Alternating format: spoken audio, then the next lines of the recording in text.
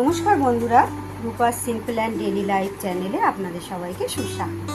আপনারা যে যেখান থেকে দেখছেন সবাইকে আমার অনেক অনেক অভিনন্দন, অনেক ধন্যবাদ। দয়া করে আপনারা পুরো ভিডিওটা দেখবেন আর সবাই আমার পাশে থাকুন, সঙ্গে থাকুন, আমাকে এগিয়ে যেতে সাহায্য করুন। আজকের রেসিপিটা হলো ছানার কোপ্তা কারি। এটা নিরামিষ দিনে নিরামিষ পদ, একটা খুব সুন্দর লোভনীয় খেতে। কিভাবে বানাচ্ছি আপনারা দেখতে থাকুন, পুরো ভিডিওটা দয়া করে দেখবেন। আর ভিডিওর শেষে যদি ভালো লেগে থাকে রেসিপিটা, তাহলে আপনারা একটা লাইক করবেন, কমেন্ট করবেন। আর প্লিজ বন্ধুরা আমার চ্যানেলটাকে সাবস্ক্রাইব করবেন। আর যারা এসে চলে যাচ্ছেন, প্লিজ বন্ধুরা আপনারা চলে যাবেন না, আমার সঙ্গে থাকুন আর দেখতে থাকুন আমি কিভাবে রেসিপিটা বানাচ্ছি। অতি সহজ পদ্ধতিতে একদম ঘরে থাকা উপকরণগুলো দিয়েই আমি তৈরি করে ফেলছি আমার এই রেসিপি। দেখুন বন্ধুরা, ছানার কোপ্তা কারি বানানোর জন্য কি কি উপকরণ আমি নিয়ে নিয়েছি। এতে নিয়ে নিয়েছি আমি 200 গ্রাম ছানা। এটা আমি 1.5 লিটার খাঁটি একদম গরুর দুধ কাটিয়ে ছানা তৈরি করে একদম শুকনো করে জল ঝরিয়ে নিয়ে নিয়েছি। এতে 200 গ্রাম ছানা আমার তৈরি হয়েছে। এটা আপনারা গরুর দুধ না পেলে আপনারা প্যাকেট দুধ দিয়েও ছানাটা তৈরি করে নিতে পারেন। ছানা তৈরিটা আপনাদের আর দেখাইনি, ভিডিওটা অনেকটা বড় হয়ে যাবে বলে, তাই 200 গ্রাম ছানা নিয়ে নিয়েছি। আর নিয়েছি কিছুটা 4-5 চামচ নারকেল কোড়া, আর এটা সামান্য একদম 1 চামচ ময়দা। আর নিয়েছি টক দই, আর নিয়েছি এখানে কাজু, আর 8-10টা কাজু, আর 1 চামচ পোস্তকে বেটে নিয়েছি। এতে নিয়েছি আদা আর কাঁচা লঙ্কা বাটা, আর নিয়েছি ফোড়নের জন্য জিরে, গোটা গরম মশলা, আর একটা তেজপাতা, আর কিছু গুঁড়ো মশলা নিয়ে নিয়েছি আমি। নিয়েছি পরিমাণ মতো নুন, হলুদ, কাশ্মীরি লঙ্কার গুঁড়ো, ধনে গুঁড়ো, জিরে গুঁড়ো, আর আমার বাড়িতে তৈরি কসুরি মেথি। আমি এবার তাহলে গ্যাসে কড়াইটা বসিয়ে দিয়েছি। কড়াইটা আমার গরম হয়ে গেছে। এবার আমি এর মধ্যে দিয়ে দেব তেল। একটু বেশি পরিমাণ তেল দিলাম বড়াগুলো ভেজে নেওয়ার জন্য। তেলটা আমার গরম হতে হতে আমি এটা একটা পনিরটা ভালো করে একটা ডো বানিয়ে, গ্যাসটা কমিয়ে দিয়েছি, ওটা তেলটা গরম হোক। আমি এর মধ্যে নারকেল কোড়াটা দিয়ে দিলাম, আর দেব এই 1 চামচ ময়দা। ময়দাটা আপনারা এর বেশি দেবেন না, 1 চামচেরও কম দিলে ভালো হয়, 1 চামচ দিলেও হবে। আমি এটাকে ভালো করে একদম চটকে মেখে একটা ডো তৈরি করে নেব।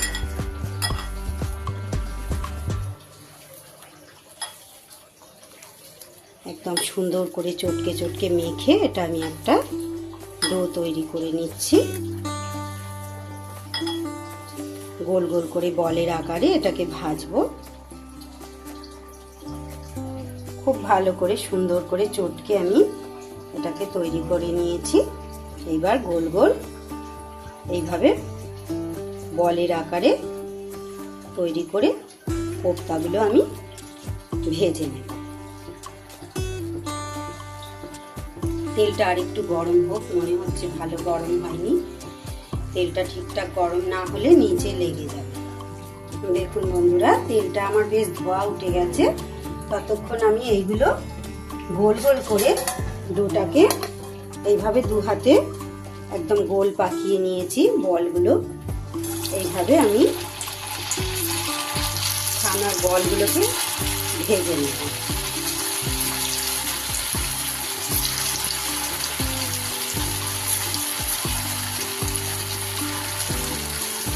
এগুলো ভাজা হতে হতে আমি বাকি এগুলো বলের আকারে তৈরি করে নেব। দেখুন বন্ধুরা, এগুলো আমার বেশ লাল লাল করে ভাজা হয়ে গেছে। এগুলো আমি এবার তুলে নেব।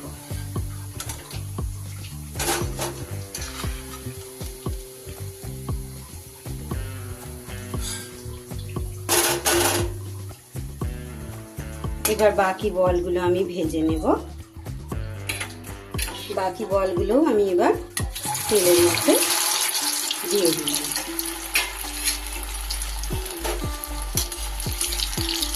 এগুলোকেও আমি ভালো করে উল্টে পাল্টে লাল লাল করে ভেজে নেব। এই ব্যাটারটার মধ্যে আমি শুধুমাত্র নারকেল কুড়া আর সামান্য ময়দা দিয়েছি। আপনারা চাইলে 1 চিমটি নুন আর একটু সামান্য চিনিও দিতে পারেন, ওটা আমার দরকার হয়নি তাই দিইনি। যারা মিষ্টি মিষ্টি বেশি পছন্দ করেন তারা একটুখানি চিনি এর মধ্যে অ্যাড করে নিতে পারেন।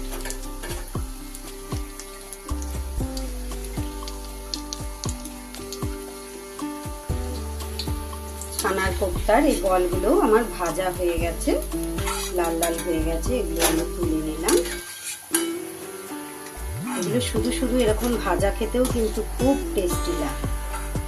আমি এর মধ্যে নারকেল কোড়া দিয়েছি। সব সময় বন্ধুরা আমাদের নারকেলটা বাড়িতে থাকে না, নারকেল না থাকলে আপনারা নারকেল ছাড়াও এটা করতে পারেন, তাও কিন্তু খুব ভালো লাগবে খেতে। এবার আমি এর মধ্যে ফোড়নটা দিয়ে দেব। তেজপাতা, জিরে আর গোটা গরম মশলা। তেলটা একটু তুলে নেব, ভুলে গেছি, সরি বন্ধুরা, একটু তেলটা সাইড দিয়ে আমি তুলে নিই, তেলটা অনেকটা রয়ে গেছে। তেলটা আমি তুলে নিয়েছি হাতায় করে, আর তার উপর আবার একটু জিরে দিয়ে দিয়েছি। এবার আমি এক এক করে মশলাগুলো দিয়ে দেবো। প্রথমে দিয়ে দিলাম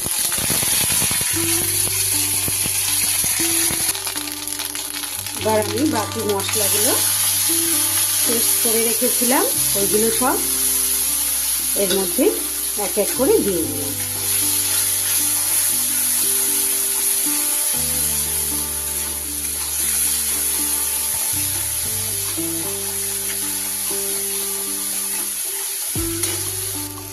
এই মশলাটায় আমার তেল ছেড়ে দিয়েছে। এইবার ফ্যাটানো টক দইটা দিয়ে দিলাম।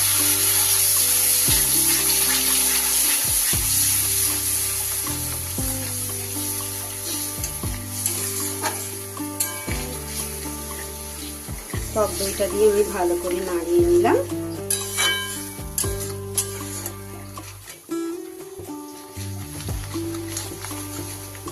এবার দিয়ে দেবো বন্ধু এই কাজু আর পোস্ত বাটাটা।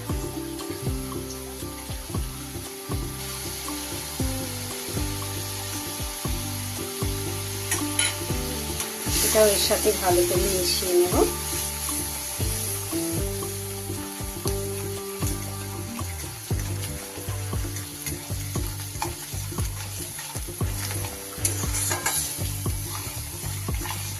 ভালো করে কষানো হোক। দেখুন বন্ধুরা, মশলাটা থেকে আমার তেল ছেড়ে দিয়েছে, বেশ ভালো করে আমার কষা হয়ে গেছে মশলাটা।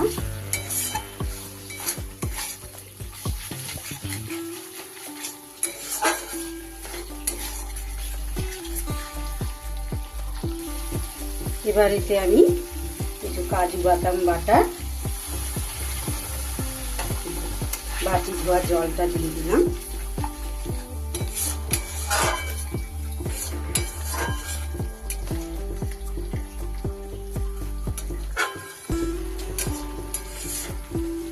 আর একটু জল এতে আমি অ্যাড করব।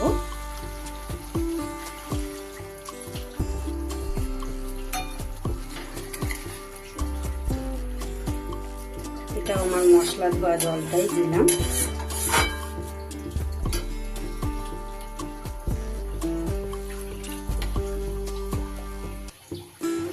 সামান্য পরিমাণে জল অ্যাড করে দিলাম, কারণ কোপ্তার বলগুলো তো গ্রেভিতে ফুটবে, গ্রেভিটা টেনে নেবে ওর মধ্যে। গ্রেভিটা আমার খুব ভালো করে ফুটে গেছে। এবার আমি ভেজে রাখা কোপ্তার বলগুলো দিয়ে দিলাম।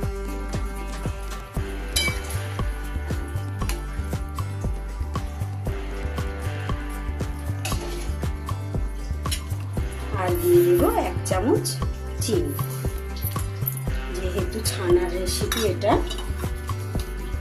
একটু মিষ্টি মিষ্টি খেতে হয়, তাই অল্প একটু চিনি দিয়ে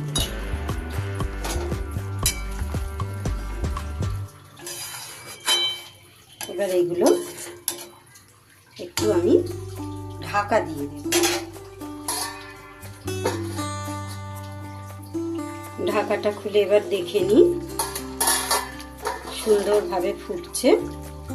এবার আমি এর মধ্যে একটু গরম মশলা দিয়ে দিই। একটু এরকম গ্রেভি ঝোল ঝোল থাকা অবস্থায় নামাতে হবে, কারণ এই কোপ্তার বলগুলো কিন্তু এর মধ্যে গ্রেভিটা পুরো টেনে নেবে। দেখুন কি সুন্দর ফুলে বড় বড় হয়ে গেছে, দারুণ সুন্দর স্বাদ। এই কোপ্তা আপনারা যে কোনো বাড়িতে পুজো পার্বণ হলে তার সাথেও রেসিপিতে আপনারা এটা করতে পারেন। এটা ফ্রাইড রাইস, পরোটা, নান এসব যে কোনো কিছুর সাথে, তবে ফ্রাইড রাইস আর পোলাওয়ের সাথেই বেশি ভালো লাগবে এটা খেতে। এবার আমি গ্যাসটা বন্ধ করে দিচ্ছি। একটা পাত্রে আমি এবার এটা ঢেলে নিই। দেখুন বন্ধুরা, আমার ছানার কোপ্তা কারি একদম রেডি হয়ে গেছে। গরম গরম পরিবেশন করে দিলাম। কত সুন্দর দেখতে হয়েছে, একদম লোভনীয় একটা পদ। এটা আপনারা বাড়িতে পুজো টুজো হলে বা গোপালের ভোগ টোগ দেওয়ার জন্য আপনারা এটা রান্না করতে পারেন। এটা ফ্রাইড রাইস আর পোলাওয়ের সাথে খুব ভালো খেতে লাগবে। আর নিরামিষ যেহেতু সব দিনেই আপনারা খেতে পারবেন। আর যদি ভিডিওটা ভালো লেগে থাকে বন্ধুরা, তাহলে আমার এই রেসিপিটা দেখে আপনারা একটা লাইক করবেন, কমেন্ট করবেন, শেয়ার করবেন। আর প্লিজ বন্ধুরা আপনারা একটা সাবস্ক্রাইব করবেন। সবাই ভালো থাকবেন, সুস্থ থাকবেন। ঈশ্বর আপনাদের প্রত্যেকের মঙ্গল করুন। আবার ফিরে আসব অন্য কোনো একটা রেসিপি নিয়ে। ভিডিওটা তাহলে এখানেই শেষ করছি। প্লিজ বন্ধুরা যারা আসছেন দয়া করে তারা থাকুন, তারা চলে যাবেন না। আপনাদের সবাইকে আমার পাশে খুব প্রয়োজন, সবাইকে নিয়েই আমি এগিয়ে যেতে চাই। প্লিজ বন্ধুরা আপনারা চলে যাবেন না, আপনারা সঙ্গে থাকুন। তাহলে আসি বন্ধু, টাটা।